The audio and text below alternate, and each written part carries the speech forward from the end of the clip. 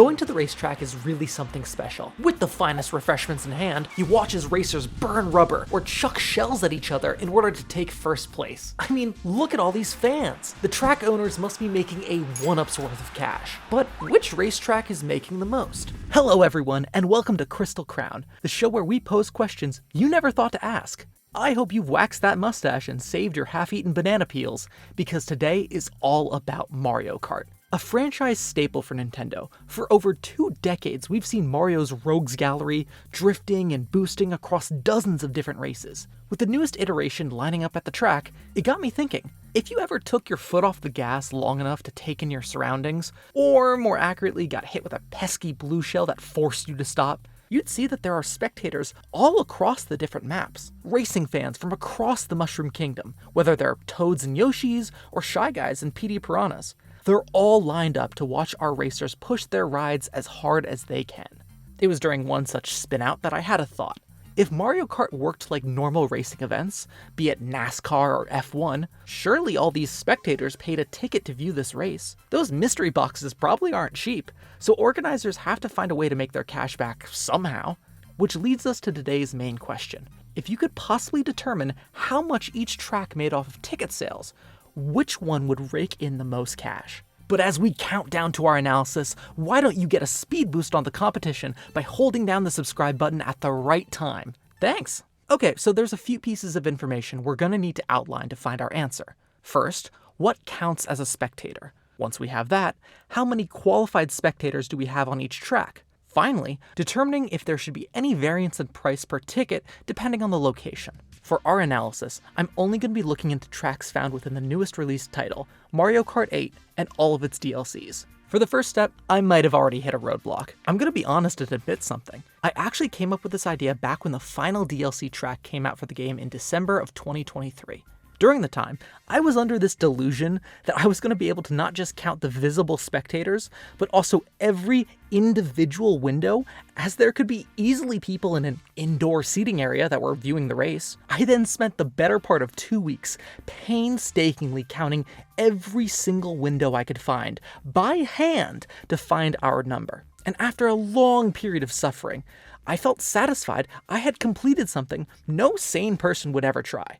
And that's when I clicked on a YouTube short where somebody was driving on a track I had never seen before. I was so confused. I was looking through all the different cups. I wanted to make sure that there was no way that I could... It was then I realized I had only done half of the tracks and none of the DLC ones. One small mental break later, and for my own sanity, I decided to revise the count down to only visible spectators. Looking at my calculations now, this is a fine change, because it didn't even impact who the most viewed was anyway, and it saved me a lot in terms of headaches for tracks like Koopa Highway, where it was impossible to determine whether a building had race spectators or just a Koopa accountant who was looking to get some extra work done. Now, the spectators have to be visible. That's a good start. Next, I had to establish if people that were physically in the way of the race and news crews counted. On one hand, they could just be doing their jobs, but on the other, sporting events have had a long-standing tradition of fans finding their way onto the field causing trouble. Plus, there are so many cases where independent news broadcasts tape an event, which feels like they had to buy a ticket to get in. In the end, I made my decision. If someone was on the field, I would only count them as a viewer if there were also fans of the same species in the audience. The Thwomps might be die-hard Max Verstappen fans, but since they were only on the field, they didn't count. Enough stalling. Here's what the numbers found. We're going to be doing 2 podiums here, one with the bottom 3 and top 3 respectively. The third worst cup in terms of attendance is the Bell Cup at 124 spectators across 4 maps. This circuit was largely held down by 2 of their tracks, with Ribbon Road sporting a big Yoshi egg of spectators, and Big Blue only doing slightly better with a whole 9 people watching. Interestingly, our second worst, the Turnip Cup, follows the tradition with a 0 spectator event in Calamari Desert. Calamari Desert. Really? This is that hard for me? Which you really can't blame people for not wanting to come. The only thing that breaks up all the sand is one single train passing through the track. While the other tracks did have a more consistent number of spectators, it was still pretty low across the board. Coming in dead last was the soon-to-be relegated Lightning Cup, with a whopping 56 spectators. I'm pretty sure that there's some minor league Mario baseball teams that get a better crowd. Again, our bottom 3 wouldn't be so low without a 0 spectator map, and this time it's Grumble Volcano. Seems like fans really dislike it when these races are held in incredibly hot locales. But the other races we have here don't really have an easy excuse, with TikTok Clock, Piranha Plant Slide, and Rainbow Road all having drastically low turnouts. So if our bad tracks are all centered around one theme, can we expect the same from the best? Yes, and this time it's... That's right, I failed to consider that stadiums, would you believe it, hold a absolutely crazy number of fans. Welcome to the second reason why this was such a difficult video to put together. Trying to count up all these fans in the crowds seems like a near impossible task, but we did find some ways around it. Using some websites and 3D model rips of the stadium that had fans still rendered inside, I was able to get a reasonable count going for these spaces. Is this a perfect fit? Did I perfectly count every single pixel properly? Probably not, and I don't think any of you value your time as little as me to verify. So moving on, here are the numbers.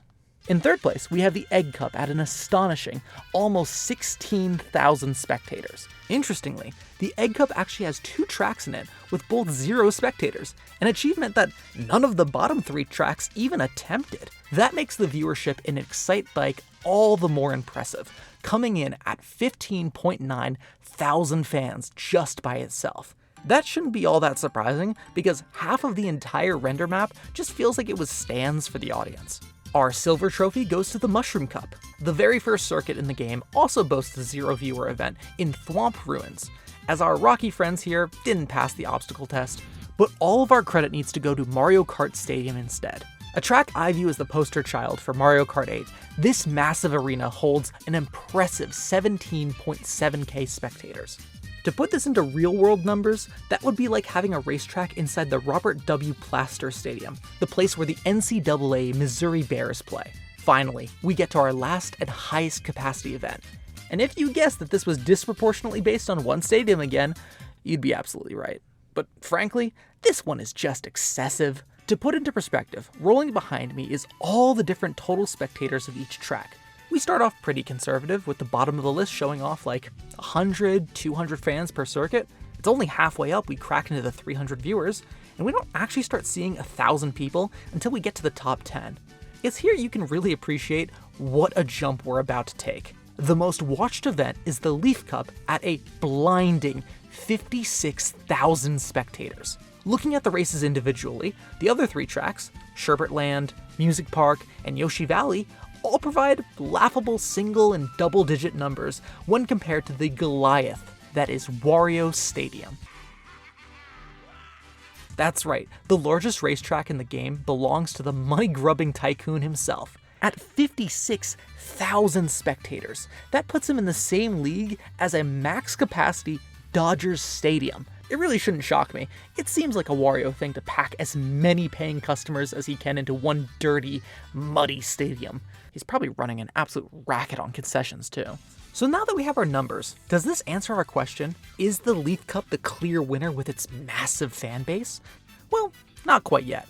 It didn't feel super satisfying to me to just leave it there. So I thought I'd look a little bit further into some real life examples to see what we could find. I looked at 3 tiers of racing events I could think of, being monster truck rallies, NASCAR, and the premium F1 events. All 3 of these have varying prices and attendance rates, which I think paints a very interesting picture. For monster truck rallies, this is a little more than a specialty show rather than a race like the other 2 are, with in-person attendance falling somewhere around 40k a show and the average ticket costing about $45.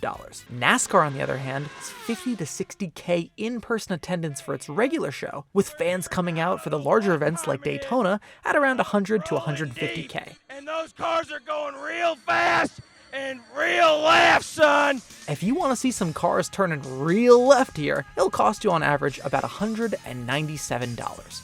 Finally, we get to our F1 races, and let me be totally honest, I had no idea how popular this sport really was. From speaking with friends that got into it in the past 5 years, they attribute a large portion of the recent attention to the 2019 Netflix documentary Drive to Survive. Regardless, the numbers show that F1 is doing pretty well. The average in-person attendance for their 2023 event season was 289.7k people, with each of those race fans coughing up an average of $500 to watch a supercar zip by. When we look back at the Mario Kart numbers in comparison, they're looking pretty sparse. Racing is already considered a pretty niche sport in our world, so despite making 8 whole games about it, Mario and friends seem to have picked a pretty obscure hobby for themselves.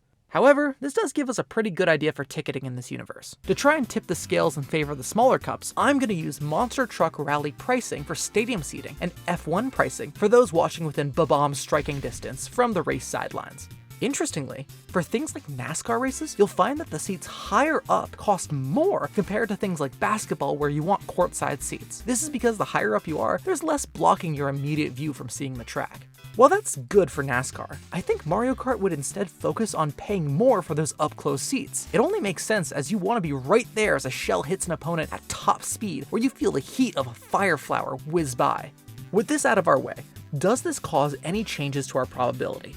Short answer, no, not really. Even with the insane nerf we just gave stadium maps, just the raw numbers they have on other tracks dwarfs any chance that these moo meadows had against the big leagues. Our placement stays exactly the same, with Egg's tickets making up $741,000, Mushroom coming in at $833,000, and Wario laughing all the way to the bank with an astounding 2.5 million cleared. For reference, the total money generated across the entire game came out to be $6.9 million, with the average cup making about $288,000 in sales. This means that across all of Mario Kart 8, base tracks and DLC included, Wario's take is 37% of the whole game off this one track. And if we add in his other racetrack, Mount Wario, into the mix, which made a respectable $370,000, Wario's name makes up for 42% of all ticket sales. Man, are we sure that these carts are running on regular fuel or onions? Because the entire franchise is deep into the pockets of its rankest man. And here, I just want to take a second to talk to the Mario Kart Commission. I'm just gonna assume it's a boardroom full of lackatoos, because you guys are leaving a lot of money on the table here. Look at F1. In 2023, F1 reported a revenue of $3.2